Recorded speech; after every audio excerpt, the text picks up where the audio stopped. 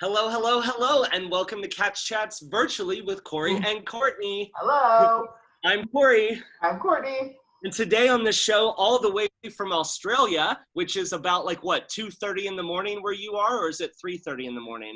It's 1:30, so 1:30. we're still in my normal awake time. We're still good. Awake time. Oh yes, is the wonderful Aurelie Roque, who is originally from Kansas City and moved about 7 years ago to Australia. Is that correct? 7 years ago, my 7th anniversary comes up in 3 days. Wow. Oh my gosh. I moved on June 1st. Blown away when I figured out that it was 7 years. I was like, no, it's been 3. No, 7. Can you believe it? I know.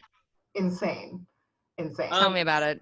Our first-time listeners maybe have no idea. So tell us about how Aurelie Roque from Kansas City ended up in the country of Australia. Well, I was an actor. Still am. Still an actor. In Kansas City. And I'm Bar Natasha. I'm sure that place has come up once on the couch. Yes. Met my husband, Robert, who worked for Cerner. And I know that that's come up on the couch before because everyone has worked at Cerner.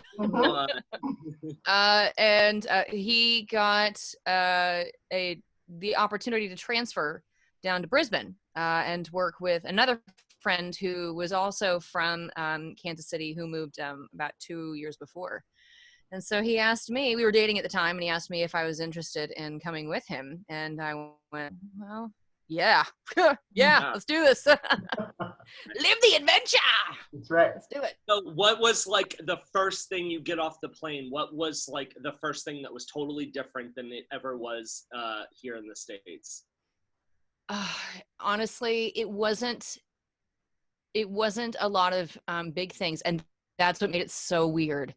It was like living in an alternate universe, like the Mandela effect. I mean, yeah, the accent did take some getting used to, and now weirdly I don't quite hear it as often as I did when I first moved down here.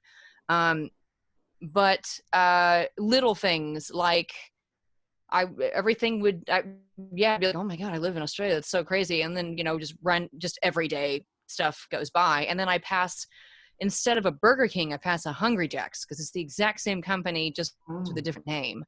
Or I pass a Kmart instead of a Walmart. Little things like that, as odd as that is. Or a TK Maxx instead of TJ Maxx. Oh. Little things like that. Yeah, they're so slight, and it's just more of a going 100 miles an hour on the highway and wait, hang on, go back. What was that? That's crazy. Yeah. Do you consider yourself a forever Australian, or would there ever be the hope that you would come back to or not even just Kansas City, but to the States and live? We've talked about it. We're so in the now kind of people.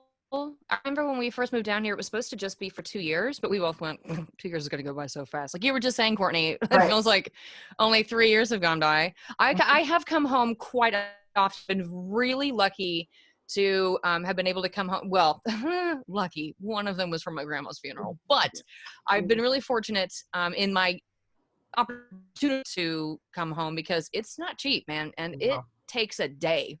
Literally a day to fly home. I sort of had that question, from my dad. My dad is one of our avid watchers / listeners.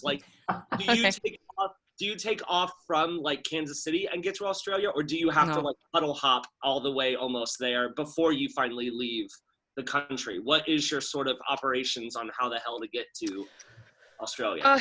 It's changed since I moved. Excuse me. Since I'm just sorry, my camera just keeps trying to autofocus and it's driving me nuts. Stop doing that. It adds a new effect to our listeners and watchers. Yeah. It's driving me nuts. But when I first moved down here, it was Kansas City to I went from city to Dallas to LA to Sydney to Brisbane. Okay. Now Brisbane Airport has expanded and it takes on a lot more international flights. So I can fly I'm trying to remember the last time I did this. Lauren came to see you last year, right? Sorry, who? Lauren came to see you last. Lauren Yuri, sorry. Yeah. Yeah, Lauren. Yes, Lauren came to see me last year, and my mom has been, and my aunt Vicky, because it was completely coincidental that they came, and their time overlapped. Mm-hmm. What a fun, happy accident, for something like that to happen. Yeah. Yeah. So crazy. I knew that with the fact that I was doing Wizard of Oz and Wicked within a week of each other, that my mom would be like, now's the time, make my way down. Well, what a good like transition moment for that. Tell us a little bit about like Wizard of Oz and Wicked and sort of representing the Midwest via musical theater, if you will. It's wild, man. It is wild. I remember I was actually in Taiwan working when I got the email about what Wizard of Oz is. It's a mass ensemble. They call them these arena spectaculars. So they are hundreds of mass ensemble cast who we have. The smallest I think we had was 400, and I'm guessing here. And the largest was just shy of 900 kids. Not kids, there were adults in there as well, but wow. 900 mass ensemble. And then the principal cast, which was like 7 of us. Right. Wow. And then the mass captains handle quadrants of mass ensemble and where they're supposed to come in. And God bless them. They do amazing work. I will just say, I'm just going to say that. But so it's this huge arena thing that travels to different cities once every couple weeks, normally during school holidays for obvious reasons when everyone's not at school or not hopefully taking time off of work. But that is your education system there like all year round, or does it sort of fall in line with like what the States is with like a break? Yeah. They have 4 terms as opposed to 2 semesters. Cool. So we're just about to finish. And I always feel like a term starts and then it's just like done. And they're like, the kids are like, oh, I'm already dealing with my finals. I'm like, whoa, man, I'm so glad I didn't go to school here. So yeah, they deal with, they get a couple, I want to say like just shy of a month. Couple weeks off, maybe 3 or 4 weeks off in between terms. Okay. And it does fall like Christmas they get. But again, with the fact that we're in winter, we're going into winter right now. Right. Yeah, you're on the other side. Yeah. So they don't have summer holidays. Their summer is during Christmas, which is weird, man. Yeah. It is weird. For me, it's weird. But yeah. So yeah, Wizard of Oz, super crazy. I was in Taiwan, got the email, and I remember I heard my mother's voice in my head going, "It is your birthright. You must audition. You must audition." She didn't actually say that to me, but I heard it in my head. So I sent an email to the director who I had worked with before in Pirates of Penzance, which was the first first full-fledged show. No, that's not true. I did Little Shop, but big show at a place like a music hall, or it's called QPAC out here, Queensland Performing Arts Center. And so I sent him an email and said, hey, I know that you haven't put out an email for principal cast yet, but I just want to let you know I'm interested in the Wicked Witch of the West. Yeah, not Glinda, no, it was not Glinda, I will tell you that. All free. It was a Wicked Witch. And he said, oh yeah, that'd be great. And I said, I'm coming in right after the audition. I get home and land, and I will miss the general auditions, but I'll send you an email. I'll send you a video. He goes, no, I trust you. I've seen your work. I know what you do. Definitely will officially call you back for the Wicked Witch. So I got the call back for that. Yay, hooray. And then the night before, so I had landed, I had barely unpacked after being gone all season, 3 months, and got an email, I think. Yeah, it was an email or a call, regardless, asking if I might be interested in coming in. And I was supposed to be there at like 1 or 2 for the Wicked Witch callbacks. They asked if I would come in at 10 a.m. for Glinda. And I went, Have you ever met me? have you met me? Do you? And so, I mean, I said, yeah, I mean, I'm not going to say no. So I went in and it was me. And there were some other like brunettes, but it was like me, tall, me, tiny, petite, pixie. They all have like their steamers and are like warming up their voices, and they had us doing high E's at 10 a.m. Woo! Lord mercy. No, thank you. And it was a wild ride. But I chatted with the director after I was cast, which was a shock to everyone, my mother included. Her response was, "The Good Witch?" All that pink on you, huh? That's what I said. That's what. Oh God. All that pink. Yeah. My least favorite color in the world. Covered in it, literally head to toe. Yeah. So I got cast in that, and apparently everyone was asking the director, "You sure you didn't flip those two actresses?" Because even Bill, so there's Ray and Bill who play the witches. So I'm surprised that people don't think we're drag queens just based off our names, because we're so far away you can't quite tell. But even Bill said, "You sure you got that casting right? Are you sure you didn't send me the wrong email?" But he said, he told me later that he knew he was looking for something weird, and I would, if you had told me that would have made sense. Right. That would have made perfect sense, brother. But he said he didn't know what he was looking for quite. He knew he wanted something. He knew he wanted Glinda to be off the path. As they say in Australia, they say off with the fairies. Flaky as hell. But again, he wasn't just left of center, man. So, but he said he wasn't sure exactly what vibe he was going for until I walked in, because all these girls, they're steamers and they're waters, and I come in with a cup of coffee and go, "Where do I throw this away? There? No." And he went, "That's it. That's right. That's the one. Yeah. That's my Glinda right there." And I was like, "Oh, that's actually sweet." I mean, because if you know me, that's like, "Oh, I am weird. Thank you so much." I'd like to thank my mother. I'd like to thank the Academy. Thank you so much. I think Glinda would walk into, Munchkin Land and be like, "What do I do with this thing? Let me get rid of it." So I'm sure you. Oh, yeah.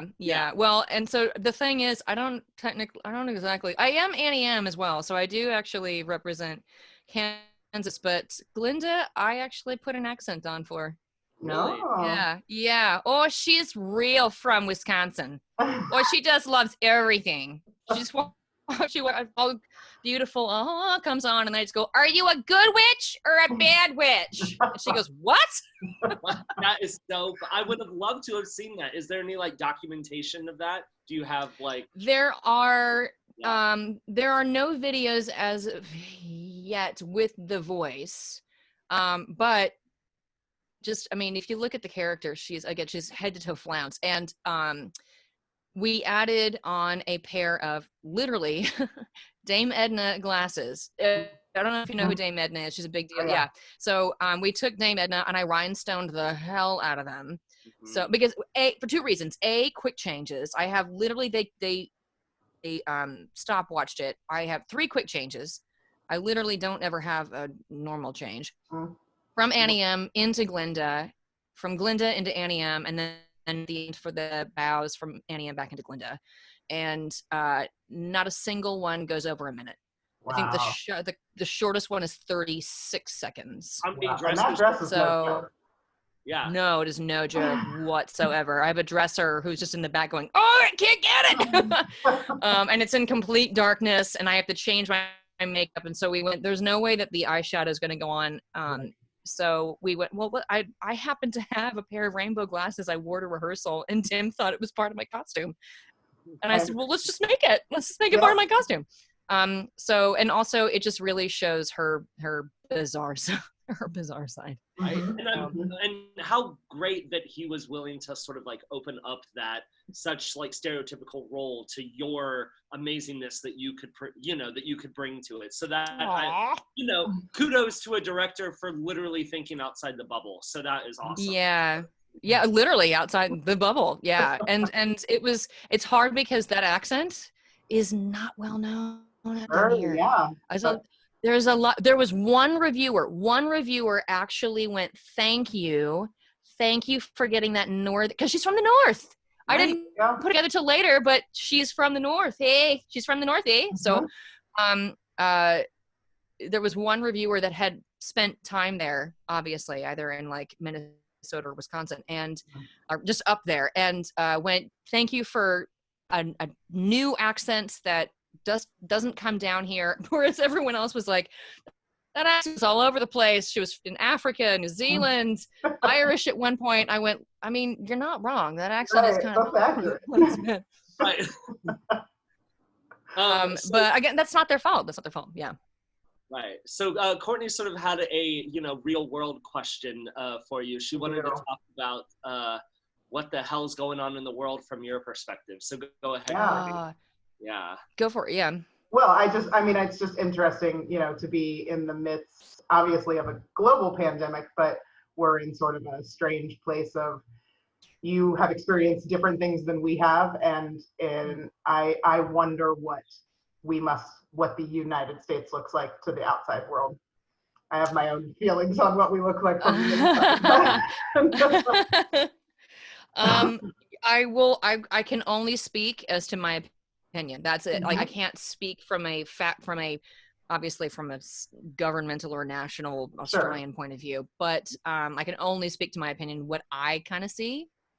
I will say that leaving the States, and this ain't my first rodeo. I've been outside of the States before. My dad's French, obviously, look at my name. But this is the first time that I've been away from the States for an extended period of time, over several years. So I will say, how do I phrase this gently? It's okay, you don't have to say it. Well, sometimes looking at the States is a little bit looking like a toddler having a tantrum. There, I said it. Yeah. Sometimes. And it's so weird to think that, because I remember the feeling of, but we're so important. I don't know how else to put it. This is gonna be, please cut this out if this is gonna get me lynched next time I'm home. Because I'm patriot. I don't know if we can curse on this podcast. I'm patriotic as fuck, man. I'm patriotic as fuck. I got an American flag in there, several. Yes. But it is an odd sensation to see how important. I don't know if that's the correct word, but how strong feeling most Americans feel that just does not exist outside of America. Yeah. I think it's the easiest way I can put that. It's still not proper. It's still not accurate. But you know what I mean? It comes out sounding a lot worse than, I hope that you understand what I'm trying to convey here.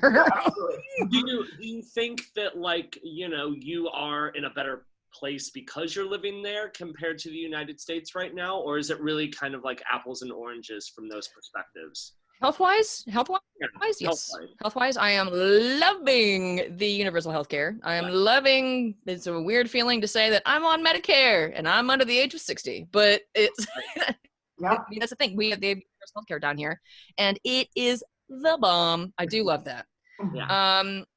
But it's really scary, and Robert feels the same. It's really scary to think all of our friends, all of you guys, and our family are there, and it's with everything that's going on. Again, I want to say this because it's not confirmed, but we're really low when it comes to the contagion level. Right. We've only had, I think we've just hit 103 deaths in the country. And there are more, on the daily, there's way more than that in the States. And so all I know is we went into quarantine. Robert and I went into quarantine a week before the country said, hey, maybe we should all just like take a step back, stay at home. And then a week later was, hey, so don't leave the house and only grocery stores are going to be open. So have fun.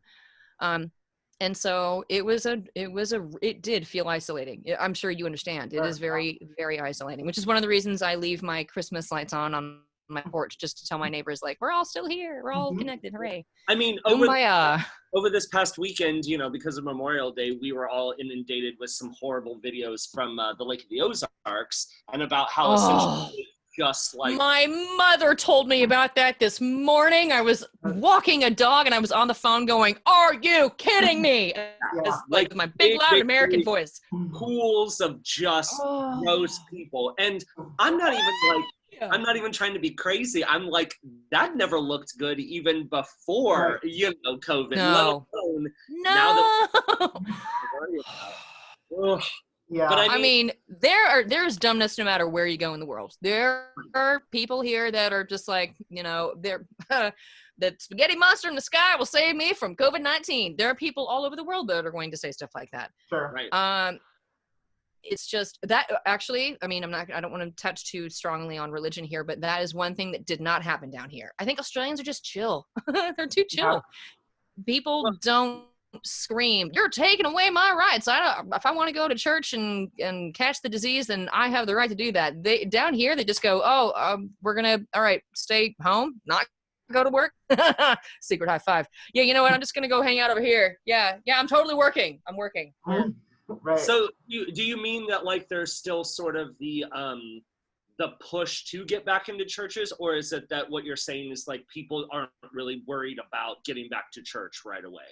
I think that they just know, I can only speak to my own opinion, but I feel that people, if they wanted to go to church, they knew that there were connections, there were Zoom meetings, and they created it the same way that dance studios created classes so that you still stayed safe and you still able to connect with people. Down here, it was just, there was concern on Easter. I will say there was concern before Easter, and there was a lot of push towards please. I know it's Easter, and you want to go to mass, and you want to go to parades, and you want to go like Easter egg hunting with your family and your neighbors, and you just want the kids to just calm down and talk to somebody else for a minute, please. I get it, but please don't. Please don't. And it didn't end up being a big deal, as far as I know. It didn't end up, there was not a big influx of contagion. Yeah. What's crazy is that was like, April 12th, and that just seems like a lifetime ago. God, right? Because I think Courtney and I were talking, who knows? Courtney and I talk every day for like 5 minutes in a random, section or whatever, but just really talking about what life is like now that we are going into like month 3, if not 4, of just this big like emotion of I don't know what to do. I mean, places are opening back up, people are starting to go back to work, but they're what's that? I saw something like, just because it is open like doesn't mean you have to run. Doesn't mean you have to go. Doesn't mean you have to go. But people do that. That's the way. And with cabin fever being what it is, no matter where you are in the world, that's just the way people go. When we started to lessen the restrictions down here, give somebody an inch and they'll take a mile. And I know that happened. We spent. Go ahead. Sorry.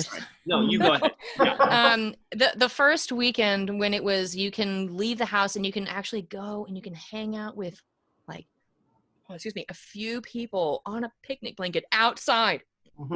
Outside, not in your home. You can have one person in your home that doesn't live there. That's it. Yeah. But you can have like 3 or 4 or 5 people on a picnic blanket, but you still have to distance yourself from other picnic blankets. Right. I had forgotten. I just had some real nasty cabin fever, and I told Robert, I just want to get in the car and drive for a bit. We don't even need to get out of the car. I just want to get out of the house. And for him, he actually said, he goes, I feel like a cat that just does not want to. No, don't make me. But I will do it because I love you. We got in the car and we went up to. Sorry. No, I said that's me. Like when my husband gets home from work, I'm like, can we please go on a car ride? I feel like a dog. I'm just like, please, Yes. can we please just go Yes. for a short drive? Yeah. Yeah. We ended up driving up like 10 minutes around the corner to a place that we didn't even know existed, Mount Gravatt Lookout. It's a lot hillier here than it is in Kansas City, so there's lookouts everywhere, which is awesome. But when we were driving up, man, there's so much traffic, which we were surprised about. And we got up to the summit, and it was just people. They were friggin' everywhere. And I was like, that's what I'm talking about. Right. Give them an inch, and they'll take a mile. And but then that calms down. It is calmed down, you know.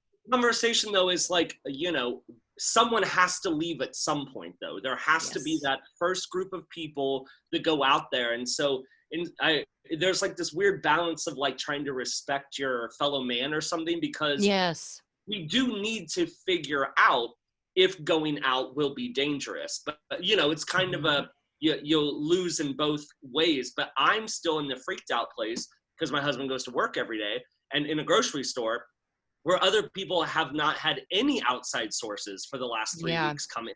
And they are just they feel like there's a perspective of the world that just looks different than what comes home to me every day in a story about people not respecting boundaries and not wearing masks. And I just sort of wish there was a universal agreement on what we're all supposed to do. You know, if everyone can't we all just get along? Come on. Why do you need to be this close to me? I don't even know you, man. Right. I don't even know you. Quit reaching for the bananas. I will move in a second. And we've talked about that, like in an amusement park or whatever. You're just on top of people in an amusement park. So when the hell will one really open with any sort of semblance of it being fun?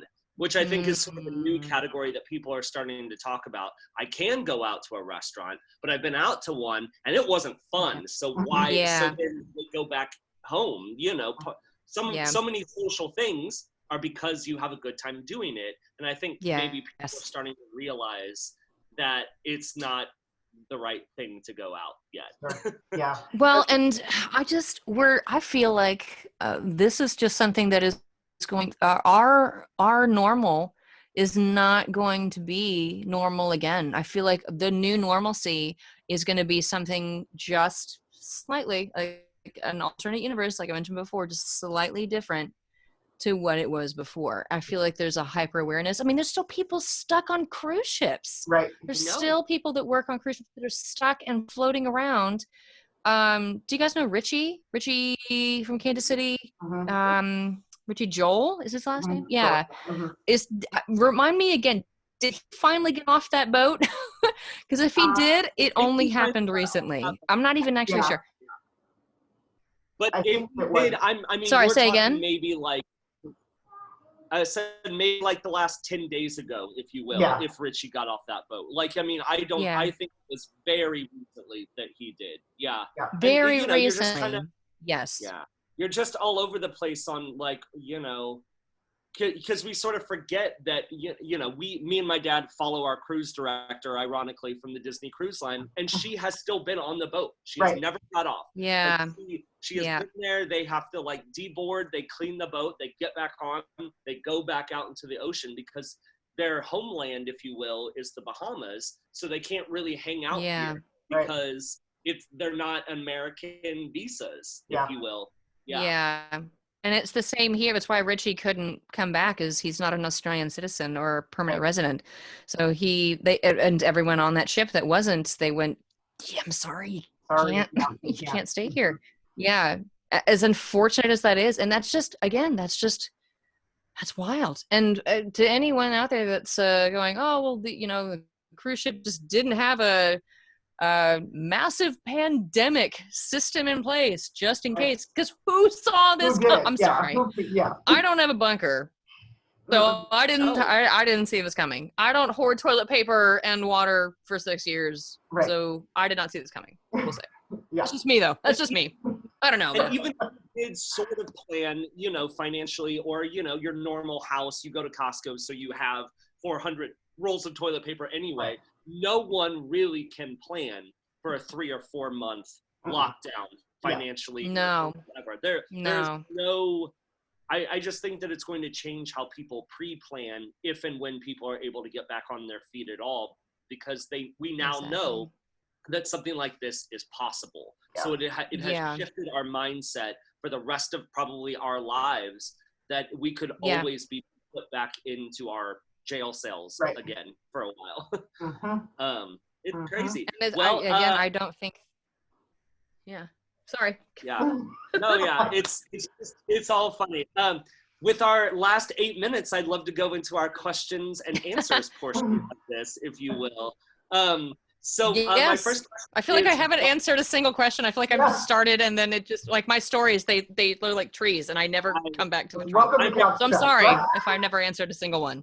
I'm a professional tangent person. I love, like, just how conversations girl, you and me, honey, you and me. This is why whenever we would sit at a bar together, it's why stories never ended. And we could be there till 6 in the morning, you and me, honey. Right. So what is your definition of real magic, Aurelie Roque? Real magic. God.